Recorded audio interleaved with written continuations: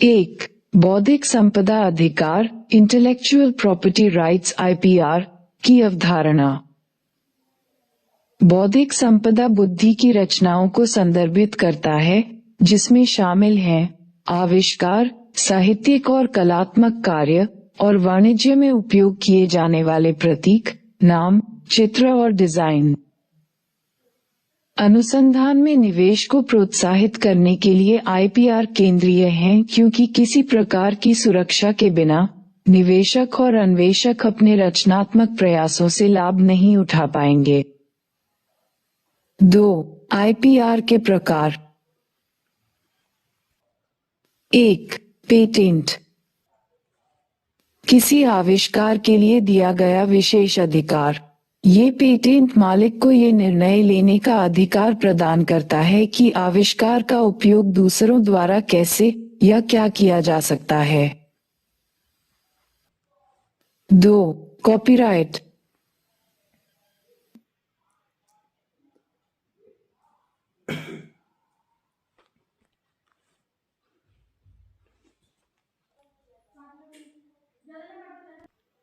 एक कानूनी शब्द जिसका उपयोग रचनाकारों के उनके साहित्यिक और कलात्मक कार्यों पर अधिकारों का वर्णन करने के लिए किया जाता है। 3. ट्रेडमार्क। यह एक संकेत है जो एक उद्यम की वस्तुओं या सेवाओं को अन्य उद्यमों से अलग करने में सक्षम है। 4. औद्योगिक डिजाइन।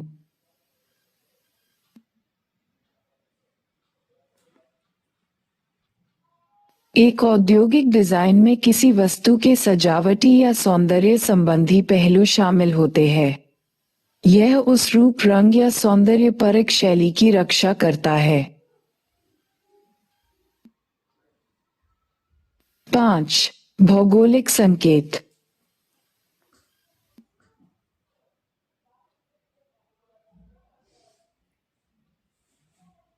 उन वस्तुओं पर उपयोग किए जाने वाले संकेत जिनकी एक विशिष्ट भौगोलिक उत्पत्ति होती है और उनमें ऐसे गुण, प्रतिष्ठा या विशेषताएं होती हैं जो अनिवार्य रूप से उस मूल स्थान में पाए जाते हैं।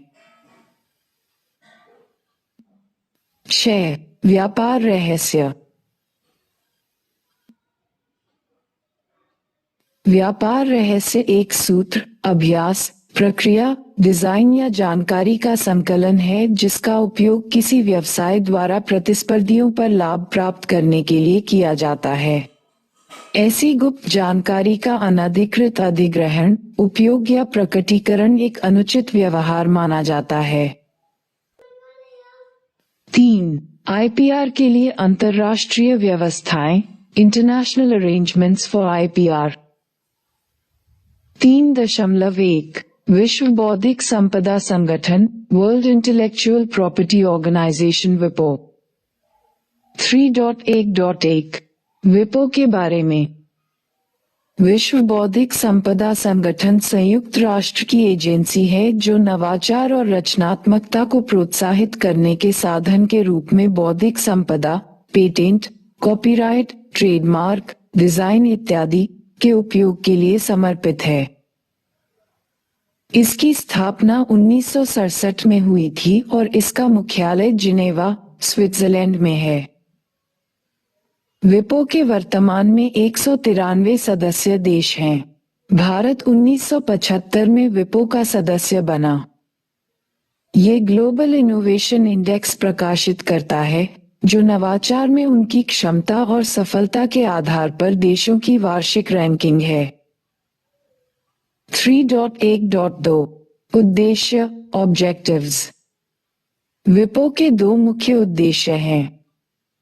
दुनिया भर में बौद्धिक संपदा की सुरक्षा को बढ़ावा देना। विपो द्वारा प्रशासित संधियों द्वारा स्थापित बौद्धिक संपदा संघों के बीच प्रशासनिक सहयोग सुनिश्चित करना। 3.1.3 निर्णय लेने वाली संरचनाएं, डिसीजन मेकिंग स्ट्रक्चर्स। विपो के अधिदेश, कार्यों, वित्त और प्रक्रियाओं को नियंत्रित करने वाली शर्तें विपो कन्वेंशन में निर्धारित की गई हैं। विपो की रणनीतिक दिशा और गतिविधियों को नियंत्रित करने वाले सभी निर्णय विपो के सदस्यों द्वारा किए जाते हैं। विपो सचिवालय पूरे वर्ष सदस्य राज्य निकायों की औपचारिक और अनौपचारिक बैठकों का समन्वय करता है। ये विपो कन्वेंशन सहित 26 संधियों का प्रबंधन करता है। 3.1.4 विपो कन्वेंशन विश्व बौद्धिक संपदा संगठन की स्थापना करने वाला कन्वेंशन, जो 14 जुलाई 1967 को स्टॉकहोम में संपन्न हुआ। अनुच्छेद 2(b) ये प्रावधान करता है कि बौद्धिक संपदा में निम्नलिखित से संबंधित अधिकार शामिल होंगे: साहित्यिक, कलात्मक और वैज्ञानिक कार्य, प्रदर्शन करने वाले कलाकारों का प्रदर्शन, फोनोग्राम और प्रसारण, मानव प्रयास के सभी क्षेत्रों में आविष्कार, वैज्ञानिक खोज, औद्योगिक डिजाइन, ट्रेडमार्क, सेवा चिन्ह और व्यावसायिक नाम और पदनाम, अनुचित प्रतिस्पर्धा से सुरक्षा, औद्योगिक, वैज्ञानिक, साहित्यिक या कलात्मक क्षेत्रों में बौद्धिक गतिविधि से उत्पन्न अन्य सभी अधिकार। 3.2 व्यापार संबंधी बौद्धिक संपदा अधिकार, trade related intellectual property rights trips. 3.2.1 परिचय। ट्रिप्स बौद्धिक संपदा अधिकारों पर सबसे महत्वपूर्ण और व्यापक अंतर्राष्ट्रीय समझौता है जो 1 जनवरी 1995 को लागू हुआ। ट्रिप्स पर समझौते पर 1986 से 1994 तक गैट, टैरिफ और व्यापार पर सामान्य समझौता general agreement on tariffs and trade के उरुग्वे दौर की व्यापार वार्ता के दौरान अन्य अंतर्राष्ट्रीय व्यापार समझौतों के साथ बातचीत की गई थी। विश्व व्यापार संगठन वर्ल्ड ट्रेड ऑर्गेनाइजेशन WTO समझौतों में से एक के रूप में ये सभी WTO सदस्य देशों के लिए पूरी तरह से बाध्यकारी है।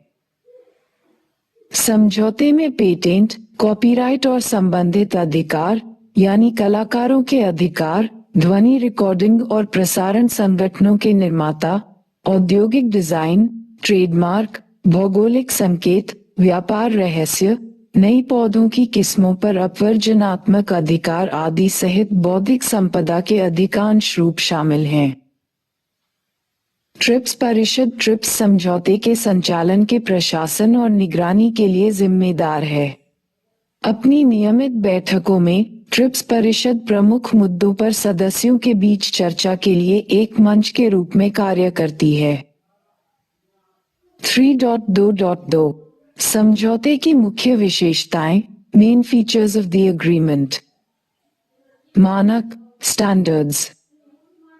ट्रिप्स समझौते में शामिल बौद्धिक संपदा के प्रत्येक मुख्य क्षेत्र के संबंध में ये समझौता प्रत्येक सदस्य द्वारा प्रदान की जाने वाली सुरक्षा के न्यूनतम मानक निर्धारित करता है।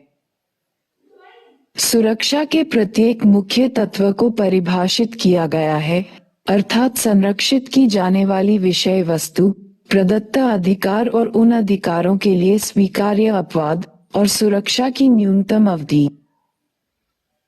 ये समझौता सबसे पहले विपो के मुख्य कन्वेंशनों, औद्योगिक संपत्ति के संरक्षण के लिए पेरिस कन्वेंशन और साहित्यिक और कलात्मक कार्यों के संरक्षण के लिए बर्न कन्वेंशन के मूल दायित्वों की आवश्यकता के आधार पर इन मानकों को निर्धारित करता है।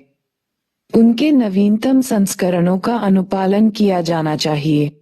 इस प्रकार ट्रिप्स समझौते को कभी-कभी बर्न और पेरिस प्लस समझौते के रूप में जाना जाता है। प्रवर्तन, एनफोर्समेंट। ये समझौता सभी IPR प्रवर्तन प्रक्रियाओं पर लागू होने वाले कुछ सामान्य सिद्धांतों को निर्धारित करता है। इसके अलावा इसमें नागरिक और प्रशासनिक प्रक्रियाओं और उपायों, अनंतिम उपायों, सीमा उपायों और आपराधिक प्रक्रियाओं से संबंधित विशेष आवश्यकताओं पर प्रावधान शामिल हैं, जो एक निश्चित मात्रा में विस्तार से निर्दिष्ट करते हैं प्रक्रियाएं और उपाय जो उपलब्ध होने चाहिए ताकि अधिकार धारक उनके अधिकारों को प्रभावी ढंग से लागू कर सकें। विवाद निपटान, डिस्प्यूट सेटलमेंट। ये समझौता WTO के सदस्यों के बीच ट्रिप्स दायित्वों के सम्मान के बारे में विवादों को WTO की विवाद निपटान प्रक्रियाओं के अधीन बनाता है। समझौते के तहत दायित्व सभी सदस्य देशों पर समान रूप से लागू होंगे, लेकिन विकासशील देशों के पास उन्हें चरणबद्ध करने के लिए लंबी अवधि है। ट्रिप्स समझौता एक न्यूनतम मानक समझौता है जो सदस्यों को यदि वे चाहें तो बौद्धिक संपदा की अधिक व्यापक सुरक्षा प्रदान करने की अनुमति देता है। सदस्यों को अपनी कानूनी प्रणाली और अभ्यास के भीतर समझौते के प्रावधानों को लागू करने की उचित विधि निर्धारित करने के लिए स्वतंत्र छोड़ दिया गया है। 3.2.3 ट्रिप्स के अंतर्गत सुरक्षा के पर्याप्त मानक, substantive standards of protection. Under trips copyright ये साहित्य, कला, संगीत, ध्वनि रिकॉर्डिंग, फिल्म और प्रसारण जैसी व्यापक सामग्री के रचनाकारों को आर्थिक अधिकार देता है, जिससे वे अपनी सामग्री के उपयोग को कई तरीकों से नियंत्रित कर सकते हैं, जैसे प्रतियां बनाना, जनता के लिए प्रतियां जारी करना, सार्वजनिक रूप से प्रदर्शन करना, प्रसारण करना और ऑनलाइन उपयोग करना। ये कुछ प्रकार की सामग्री के निर्माता के रूप में पहचाने जाने और इसके विरूपण या विकृति पर आपत्ति करने का नैतिक अधिकार भी देता है। कॉपीराइट का उद्देश्य रचनाकारों को उनके प्रयासों के लिए आर्थिक उपलब्धियां प्राप्त कराना है और इस प्रकार भविष्य की रचनात्मकता और नई सामग्री के विकास को प्रोत्साहित करना है, जिससे हम सभी को लाभ होता है। हालांकि कॉपीराइट सुरक्षा अभिव्यक्तियों तक फैली हुई है, न कि विचारों, प्रक्रियाओं, संचालन के तरीकों या गणितीय अवधारणाओं तक। कंप्यूटर प्रोग्राम, चाहे स्रोत या ऑब्जेक्ट कोड में हो, साहित्यिक कार्यों के रूप में संरक्षित हैं। डेटाबेस कॉपीराइट सुरक्षा के लिए पात्र हैं, बशर्ते कि वे अपनी सामग्री के चयन या व्यवस्था के कारण बौद्धिक रचनाएं बनाते हों। संबंधित अधिकार कलाकारों, फोनोग्राम के निर्माताओं और प्रसारण संगठनों की सुरक्षा के प्रावधान संबंधित अधिकारों का गठन करते हैं। कलाकारों किसी फोनोग्राम, उदाहरण के लिए लाइव संगीत प्रदर्शन की रिकॉर्डिंग, पर अपने प्रदर्शन के अनधिकृत निर्धारण को रोक सकते हैं। निर्धारण का अधिकार केवल श्रवण संबंधी निर्धारण को कवर करता है, दृश्य श्रव्य निर्धारण को नहीं। प्रसारण संगठनों को अनधिकृत फिक्सेशन के पुनरुत्पादन और प्रसारण के वायरलेस माध्यमों से पुनः प्रसारण के साथ साथ अपने टेलीविजन प्रसारणों के जनता के साथ संचार को प्रतिबंधित करने का अधिकार है। फोनोग्राम के कलाकारों और निर्माताओं के लिए सुरक्षा की अवधि कम से कम 50 वर्ष और प्रसारण संगठनों के लिए 20 वर्ष है। ट्रेडमार्क ये सिस्टम उपभोक्ताओं को किसी उत्पाद या सेवा को पहचानने और खरीदने में मदद करता है, क्योंकि इसकी प्रकृति और गुणवत्ता इसके अद्वितीय ट्रेडमार्क द्वारा इंगित उनकी आवश्यकताओं को पूरा करती है। ट्रेडमार्क मार्क के मालिक को इसका उपयोग करने, वस्तुओं या सेवाओं की पहचान करने या भुगतान के बदले में इसका उपयोग करने के लिए किसी अन्य को अधिकृत करने का विशेष अधिकार सुनिश्चित करके सुरक्षा प्रदान करता है। सुरक्षा की अवधि अलग अलग होती है, लेकिन अतिरिक्त शुल्क के भुगतान पर ट्रेडमार्क को समय सीमा से परे अनिश्चित काल तक नवीनीकृत किया जा सकता है। ट्रेडमार्क सुरक्षा अदालतों द्वारा लागू की जाती है, जिसके पास अधिकांश प्रणालियों में ट्रेडमार्क उल्लंघन को रोकने का अधिकार होता है। ट्रेडमार्क एक या शब्दों, अक्षरों और अंकों का संयोजन हो सकता है। उनमें चित्र, प्रतीक, त्रि-आयामी संकेत जैसे कि सामान का आकार और पैकेजिंग, श्रव्य संकेत जैसे संगीत या स्वर ध्वनि, सुगंध या विशिष्ट विशेषताओं के रूप में उपयोग किए जाने वाले रंग शामिल हो सकते हैं। पेटेंट।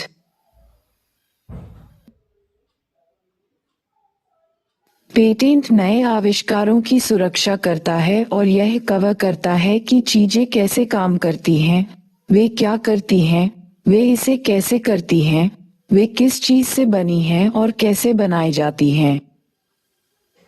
यदि पेटेंट आवेदन स्वीकृत हो जाता है, तो यह मालिक को दूसरों को अनुमति के बिना आविष्कार बनाने, उपयोग करने, आयात करने या बेचने से रोकने के लिए नागरिक कानून के तहत कानूनी कार्रवाई करने की क्षमता देता है। इसमें अदालतों के माध्यम से कथित उल्लंघनकर्ता पर मुकदमा चलाना शामिल हो सकता है।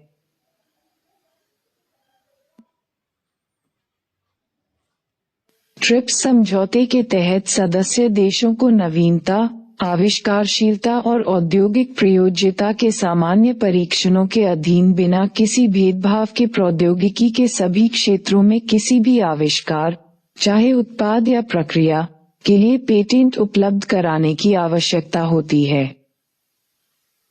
पेटेंट योग्यता पर बुनियादी नियम के 3 स्वीकार्य अपवाद हैं।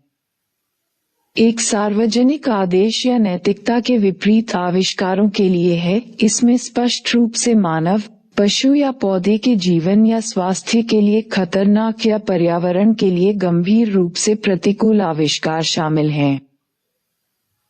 दूसरा अपवाद ये है कि सदस्य मनुष्यों या जानवरों के इलाज के लिए पेटेंट योग्यता निदान, चिकित्सीय और शल्य चिकित्सा पद्धतियों को बाहर कर सकते हैं।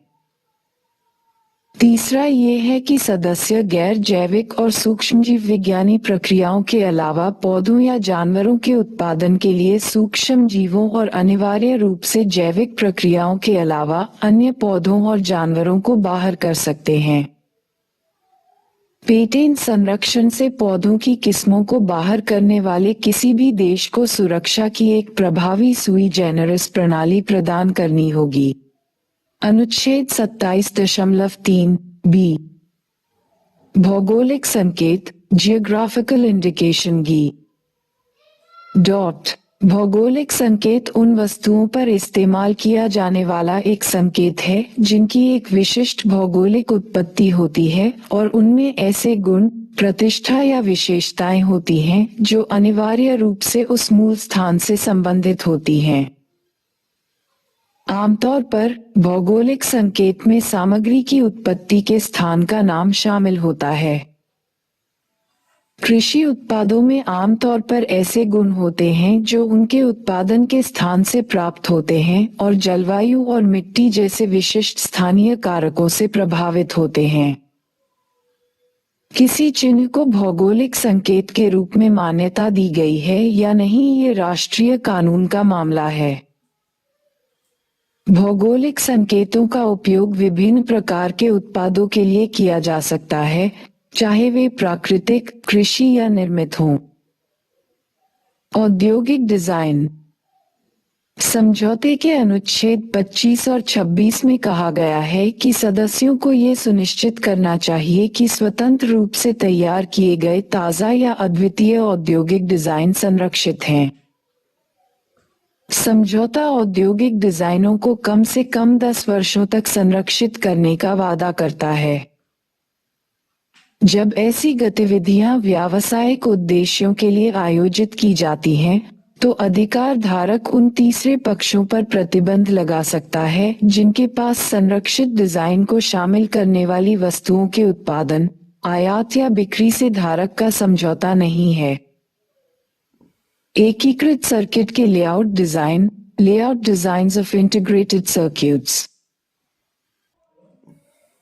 ट्रिप्स समझौते में सदस्य देशों को आईपीआईसी संधि, एकीकृत सर्किट के संबंध में बौद्धिक संपदा पर संधि treaty on intellectual property in respect of integrated circuits के प्रावधानों के अनुसार एकीकृत सर्किट के लेआउट डिजाइन की रक्षा करने की आवश्यकता होती है, जिस पर समझौता वार्ता 1989 में की गई थी।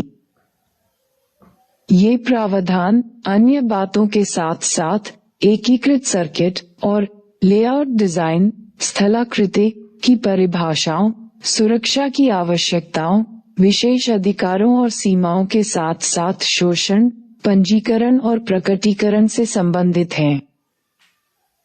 अज्ञात सूचना का संरक्षण। समझौते के अनुच्छेद 39 में सदस्य राज्यों को समझौते के प्रावधानों के अनुसार व्यापार रहस्य सुरक्षा प्रदान करने की आवश्यकता है। ट्रिप्स का कहना है कि सदस्य देशों को ऐसी जानकारी को उस व्यक्ति की सहमति के बिना तीसरे पक्ष को प्रकट करने, प्राप्त करने या उपयोग करने से रोकने के लिए राष्ट्रीय कानून बनाना चाहिए, जो कानूनी रूप से इसके कब्जे में है, जो निष्पक्ष व्यापार प्रथाओं के साथ असंगत है। ऐसी जानकारी गोपनीय होनी चाहिए। इसकी गोपनीयता के परिणामस्वरूप इसका व्यावसायिक मूल्य होना चाहिए और सुरक्षा प्रदान करने के लिए इसे छिपाए रखने के लिए उचित प्रयासों के अधीन होना चाहिए। संविदात्मक लाइसेंस में प्रतिस्पर्धा विरोधी प्रथाओं का नियंत्रण, control of anti competitive practices in contractual licenses. TRIPS समझौता बौद्धिक संपदा अधिकारों से संबंधित कुछ लाइसेंसिंग प्रथाओं या शर्तों को मान्यता देता है जो प्रतिस्पर्धा को रोकते हैं, व्यापार पर प्रतिकूल प्रभाव डाल सकते हैं और प्रौद्योगिकी के हस्तांतरण और प्रसार में बाधा डाल सकते हैं। सदस्य देश समझौते के अन्य प्रावधानों के अनुरूप बौद्धिक संपदा अधिकारों के लाइसेंस में उन प्रथाओं को रोकने या नियंत्रित करने के लिए उचित उपाय अपना सकते हैं जो अपमानजनक और प्रतिस्पर्धा विरोधी हैं। 3.3 प्लांट ब्रीडर के अधिकार, प्लांट ब्रीडर्स राइट्स। पादप प्रजनक के अधिकार 1960 के दशक में अंतर्राष्ट्रीय चर्चा में आए, जब फसल पौधों की उन्नत किस्मों की वजह से कई विकसित और विकासशील देशों ने उच्च कृषि उत्पादकता या हरित क्रांति के युग में प्रवेश किया। Plant breeders rights plant breeders द्वारा नई किस्मों के प्रजनन और विकास में किए गए निवेश के लिए कानूनी सुरक्षा प्रदान करता है। ये सुरक्षा पौधे की किसी भी प्रजाति के प्रजनकों के लिए खुली है, कृषि, बागवानी और सजावटी। इस प्रकार पादप प्रजनकों के अधिकार बौद्धिक संपदा का एक रूप है जिसे विशेष रूप से पौधों की नई किस्मों की सुरक्षा के लिए डिजाइन किया गया है। ट्रिप्स समझौते यूपीओवी पौधों की नई किस्मों के संरक्षण के लिए अंतर्राष्ट्रीय संघ, जिसे UPOV International Union for the Protection of New Varieties of Plants के नाम से जाना जाता है, एक अंतर सरकारी संगठन है जिसका मुख्यालय जिनेवा में है। यूपीओवी का मिशन समाज के लाभ के लिए पौधों की नई किस्मों के विकास को प्रोत्साहित करने के उद्देश्य से पौधों की विविधता संरक्षण की एक प्रभावी प्रणाली प्रदान करना और बढ़ावा देना है। इसकी स्थापना पौधों की नई किस्मों के संरक्षण के लिए अंतर्राष्ट्रीय कन्वेंशन यूपीओवी कन्वेंशन द्वारा की गई थी, जिस पर 1961 में पेरिस में हस्ताक्षर किए गए थे। ये कन्वेंशन 1968 में लागू हुआ। इसे 1972, 1978 और 1991 में जिनेवा में संशोधित किया गया। 1991 का अधिनियम 24 अप्रैल 1998 को लागू हुआ। ये यूपीओवी कन्वेंशन का वर्तमान में स्वीकृत संस्करण है। यूपीओवी कन्वेंशन का उद्देश्य ये सुनिश्चित करना है कि संघ के सदस्य स्पष्ट रूप से परिभाषित सिद्धांतों के एक सेट के आधार पर पौधों की नई किस्मों के प्रजनकों को बौद्धिक संपदा अधिकार प्रदान करके उनकी उपलब्धियों को स्वीकार करें।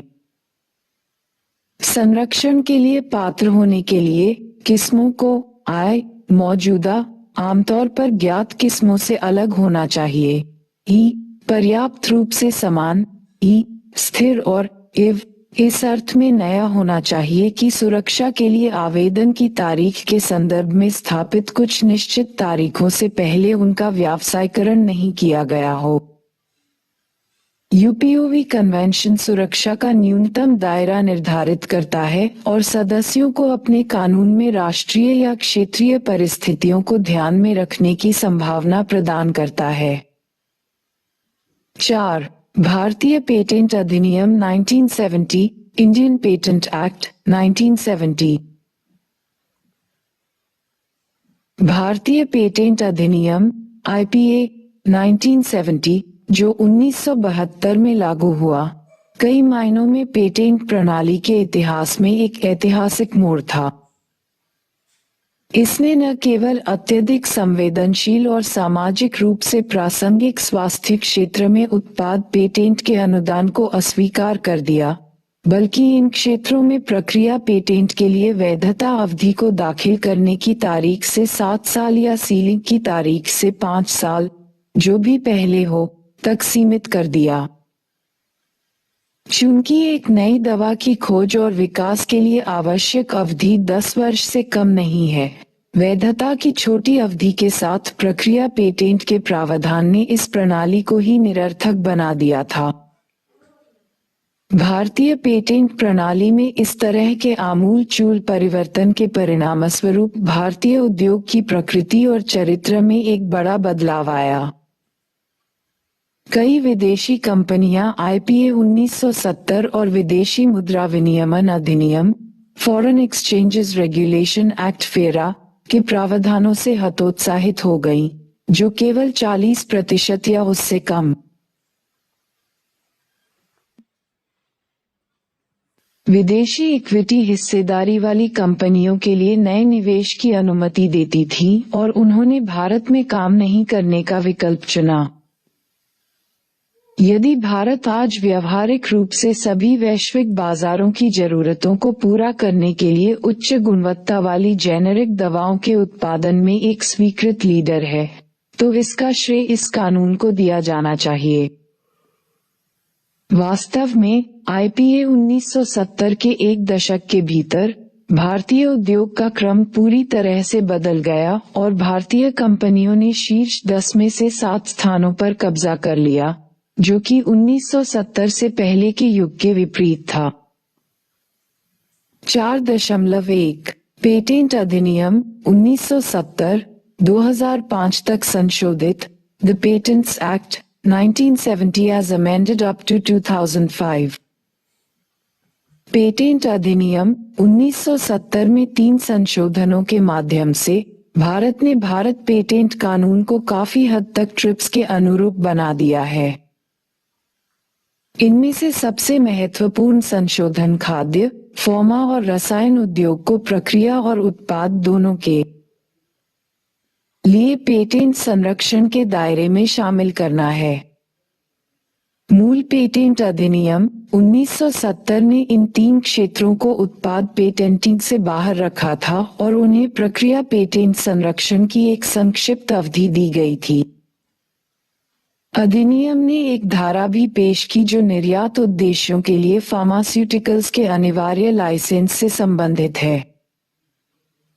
इसका उद्देश्य भारतीय उद्योग को उन कम से कम विकसित देश को पेटेंट दवाओं के सस्ते जेनेरिक संस्करणों की आपूर्ति जारी रखने की सुविधा प्रदान करना है, जिनके पास पर्याप्त घरेलू विनिर्माण क्षमताएं नहीं हैं। नोवार्टिस मामला। नोवार्टिस बनाम भारत संघ और अन्य एक ऐतिहासिक मामला था, जिसकी सुनवाई भारत के सर्वोच्च न्यायालय की 2 न्यायाधीशों की पीठ ने की थी। मामला फार्मास्यूटिकल पेटेंट को सदाबहार बनाने के मुद्दे से जुड़ा था।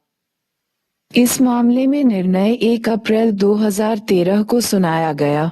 इस प्रकार बीटा क्रिस्टलीय रूप में इमेटिनिब मेसाइलेट पर भारतीय पेटेंट देने के लिए नोवार्टिस द्वारा लड़ी गई 7 साल की लंबी मुकदमेबाजी समाप्त हो गई।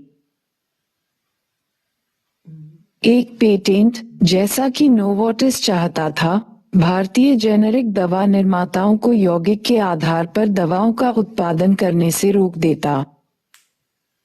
हालांकि सुप्रीम कोर्ट ने फैसला किया कि नोवार्टिस ने जिस पदार्थ को पेटेंट कराने की मांग की है वह पहले से ही जात है और इस प्रकार पेटेंट अधिनियम 1970 2005 में संशोधित की भारतीय धारा 2(1) जे और धारा 2(1) जे में निर्धारित आविष्कार की कसौटी पर खरा नहीं उतरता है। परिणामस्वरूप न्यायालय ने पेटेंट आवेदन खारिज कर दिया।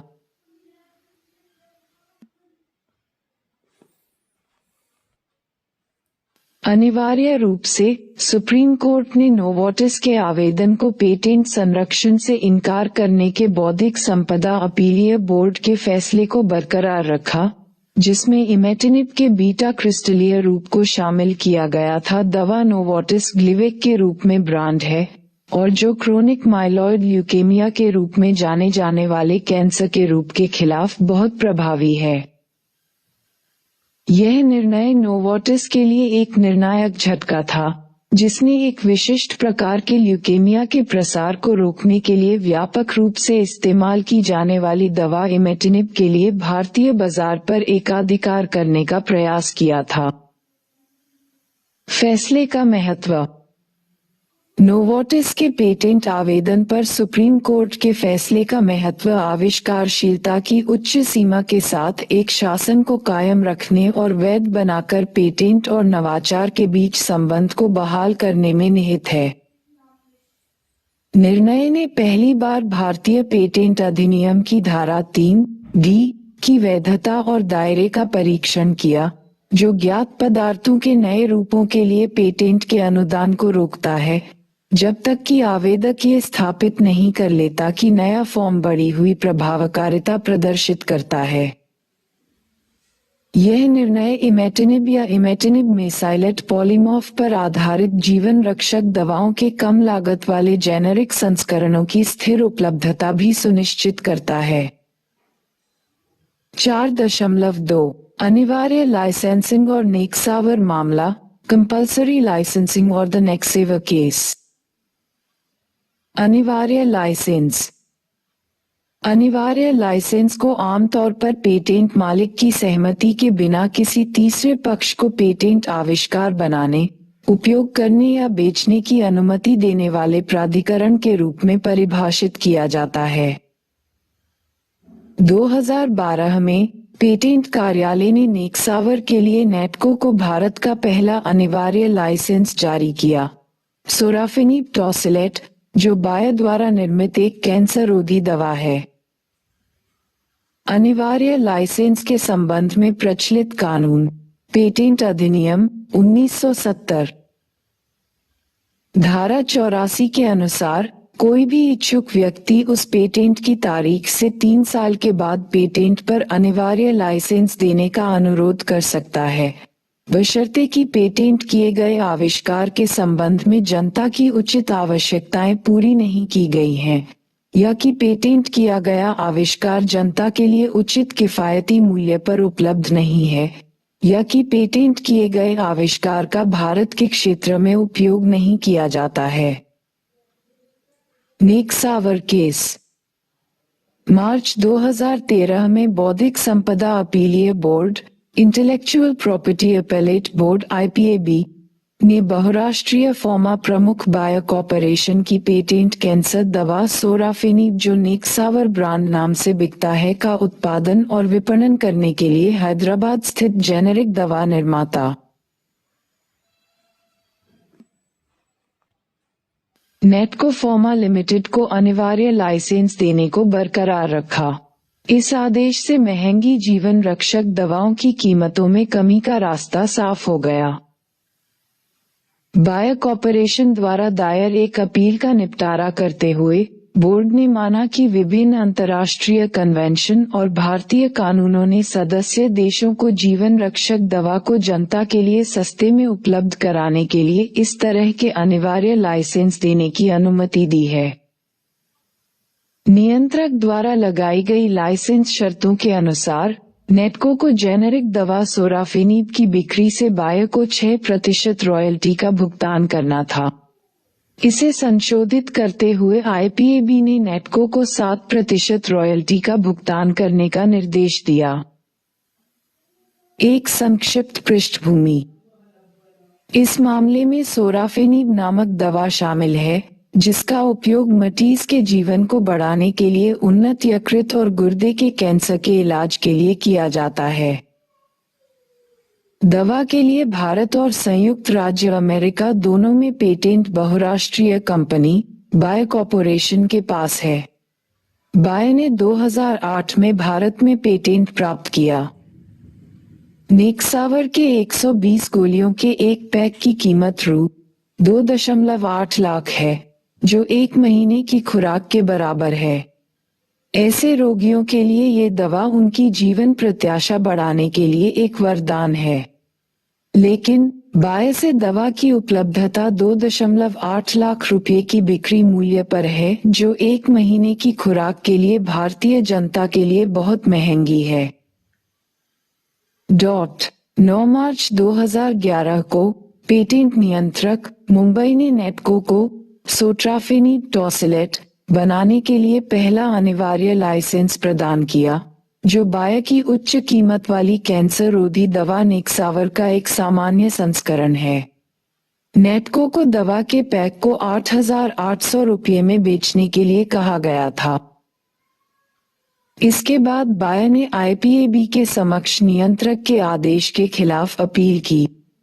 अन्य कारणों के अलावा ये तर्क दिया गया कि सिप्ला ने अपने जेनेरिक संस्करण को कम कीमत पर बेचना शुरू कर दिया था, जिससे अनिवार्य लाइसेंस अनावश्यक हो गया क्योंकि दवा उचित मूल्य पर उपलब्ध थी। अनिवार्य लाइसेंस को बरकरार रखते हुए IPAB ने बताया कि पेटेंट प्राप्त करने के बाद भी बायर ने निर्धारित समय के भीतर दवा को बड़े पैमाने पर और किफायती मूल्य पर उपलब्ध नहीं कराया था। बायर द्वारा दायर विभिन्न प्रस्तुतियों और हलफनामों पर गौर करते हुए बोर्ड इस निष्कर्ष पर भी पहुंचा कि इसकी 2.8 लाख रुपए की कीमत सस्ती नहीं थी। पश्चिमी दवा कंपनियों के लिए अन्य झटके ये थे कि भारत ने फाइजर इंक की कैंसर दवा सुटेंट, रोश होल्डिंग AG की हेपेटाइटिस C दवा पेगासिस और मर्क एंड कंपनी की अस्थमा उपचार एरोसोल सस्पेंशन फॉर्मुलेशन को दिए गए पेटेंट भी रद्द कर दिए थे। 4.3 पेटेंट संशोधन नियम 2021 पेटेंट्स अमेंडमेंट रूल्स 2021।